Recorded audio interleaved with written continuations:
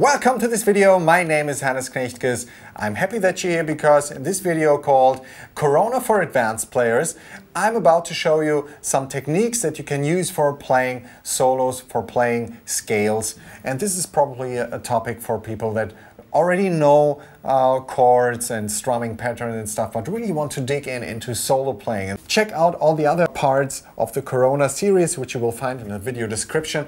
Also, check out there, you will find my free lessons for beginners. And now let's start. I will show you what you will learn in this video. A lot of things to learn and to consider when playing a solo, when playing a scale. So make sure to stay here until the very end.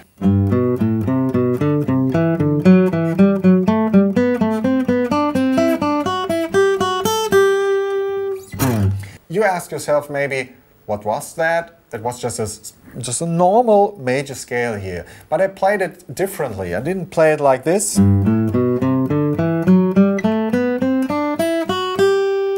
This sounds kind of boring, doesn't it? I played it like this. And so on. I didn't play it like in a straight way, just going note for note up the scale. I played in certain intervals, and I will tell you what interval that was. We start on the first note of the scale, the G, the third fret of the E string. And then we don't go to the second note of the scale, but we go to the third note of the scale, which is here, in the second fret of the A string. And after we did that, we go one step back, yes, on the second note of the scale, because we started on the first, and then we go to the third. Then we go to the second note of the scale, then we go to the, yes, exactly, fourth step of the scale. So we have first note of the scale, third note of the scale, second note of the scale, fourth note of the scale. Do that for the sake of technique and for the sake of feeling. Only those four notes for now. Only downstrokes, please. 3, 2, 5, 3. 3, 2, 5. And take a look at my grabbing technique here. Pretty open. The thumb is kind of like at the back of the neck, so my fingers are able to stretch that far because they're kind of like all in a row lying on the strings, also to mute strings. Which are not supposed to sound. My index finger is kind of like lying on the top strings there, so that way those strings up here don't sound.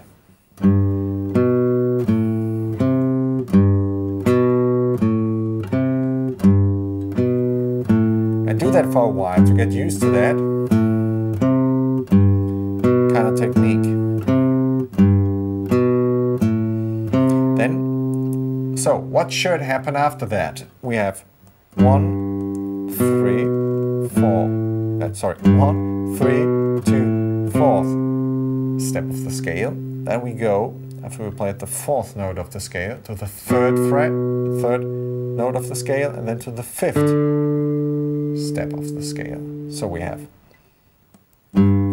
first note, third note, second note, fourth note, third, fifth. You know, I always jump from one point of the scale over one note to the next, which is 1, 3, then 2, 4, 3, 5, get the idea, 4, 6, and so on. So we move up the scale, but in a different way.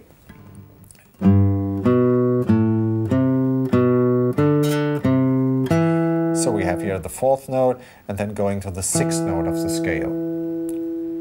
So it's, in terms of frets, it's 3, 2, 5, 3, 2, 5, 3, 2. And from the top, 2,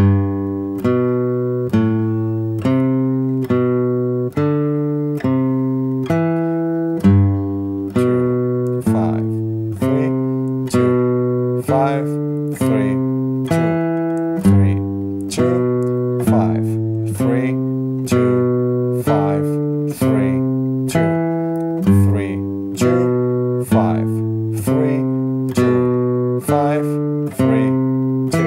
And then we go on, we go to the 5th, and then we play the 7th note of the scale, so it's 5, 4 on the A and D string. Then, and then we play 2nd fret D string, which is 6th degree of the scale, and then we go to the 8th note of the scale, which is in the 5th fret of the D string. So we have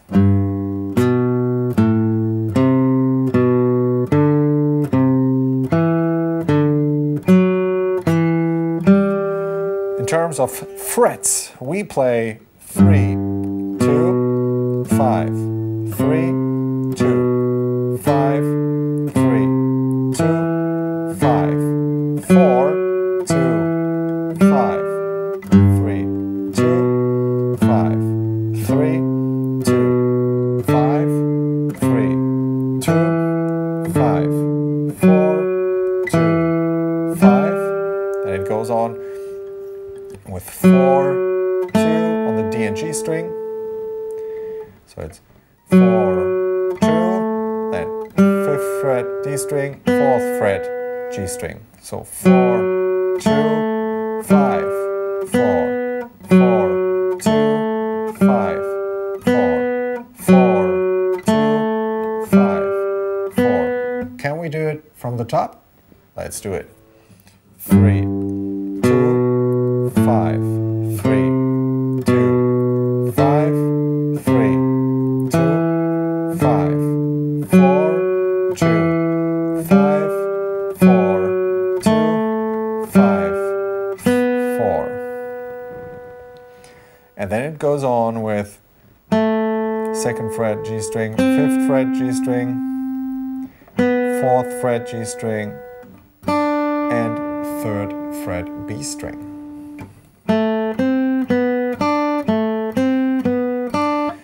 You see, I mean, this is so crazy to do if you've never done that you use your index and the pinky, then the ring, and then the middle finger. So you're using index, pinky, ring, middle. This is kind of like a very good exercise for your hand to make sure your fingers are all independent. And then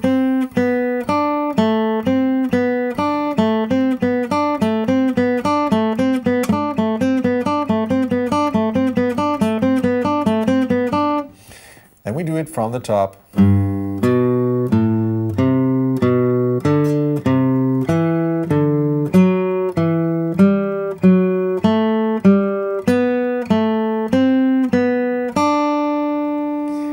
Then we go to the 5th fret of the G string, and then we roll over to the 5th fret of the B string with the pinky. And then 3rd fret B string, 2nd fret E string, 5th fret B string, 3rd fret E string, 2nd, 5th, and 3rd fret again. So from there we have, that was before, and then we have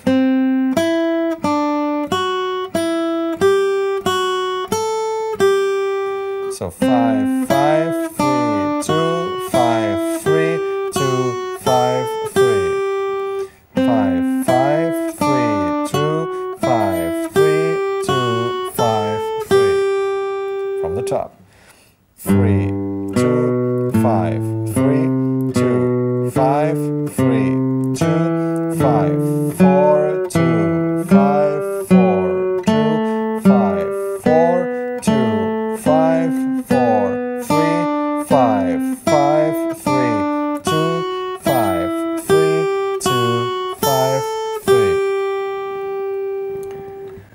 That way you will train your hand and your scale in such a different way, and you can do that of course with any scale you like. If you already know the minor scale or something like this, all the modes.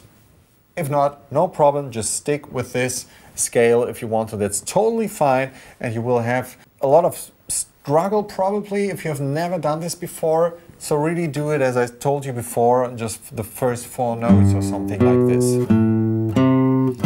Really to get comfortable with this system.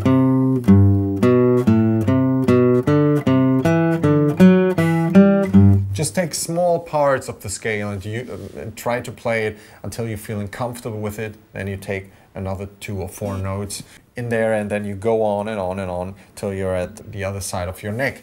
And important thing again is try to really get back with your thumb at the back of the neck to be able to stretch your fingers, and also make sure when you move along with your pick over the strings to mute the strings with your wrist that you don't really need with your palm here. And when I'm playing like the B and the E string, my hand is literally lying on the E, A, D, and G string.